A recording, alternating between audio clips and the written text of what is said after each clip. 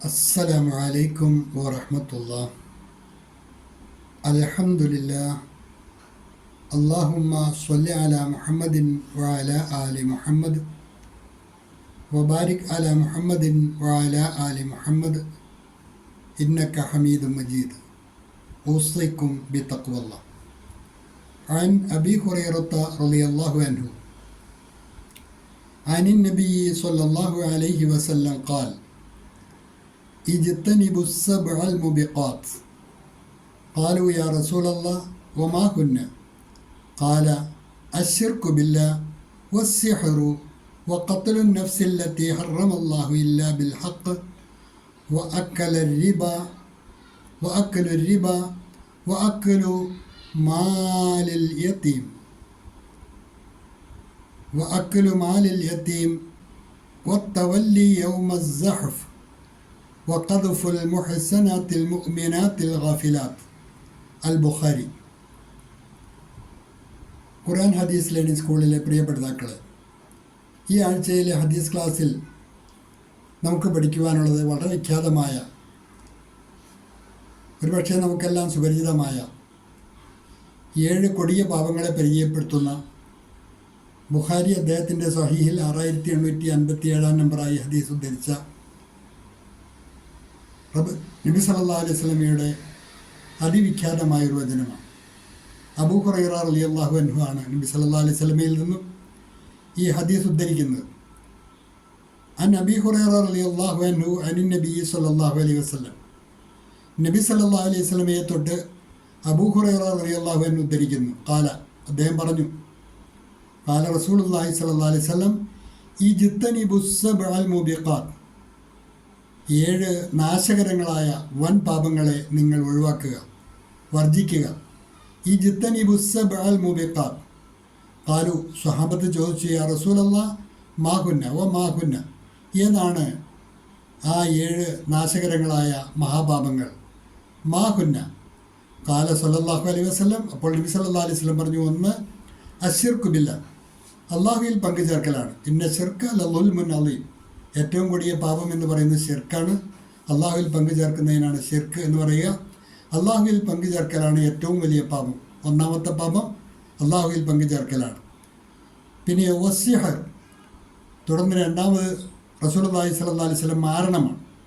മനുഷ്യനെ പല ജാതി ചിന്താക്കുഴപ്പത്തിൽ കൊണ്ടുപോയി എത്തിച്ച് വിനാശകരമായ പല ദുര്യോഗങ്ങൾക്കും നിമിത്തമായി തീർന്ന കുടുംബകലഹത്തിനും അതുപോലെ അയൽവക്ക ബന്ധങ്ങൾ ശിഥിലമാക്കുവാനും ഒക്കെ ഇടയാക്കി തീർക്കാവുന്ന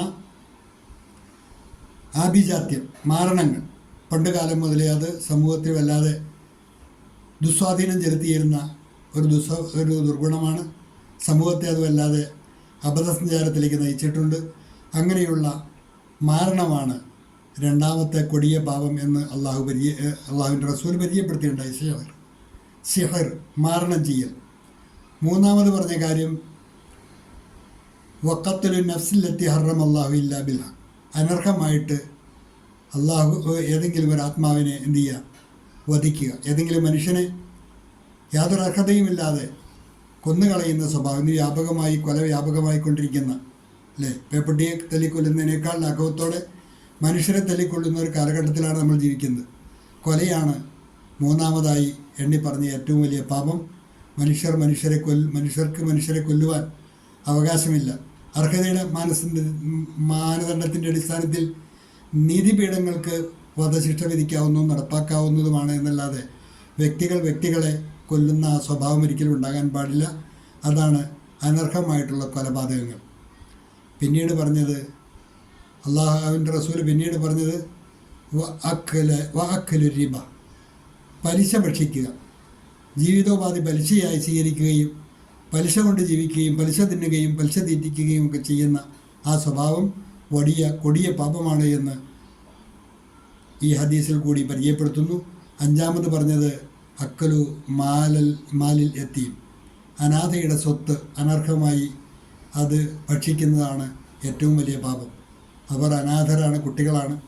അവർക്ക് സമ്പത്ത് കൈകാര്യം ചെയ്യാനുള്ള വകതിരിവെത്തിയിട്ടില്ല.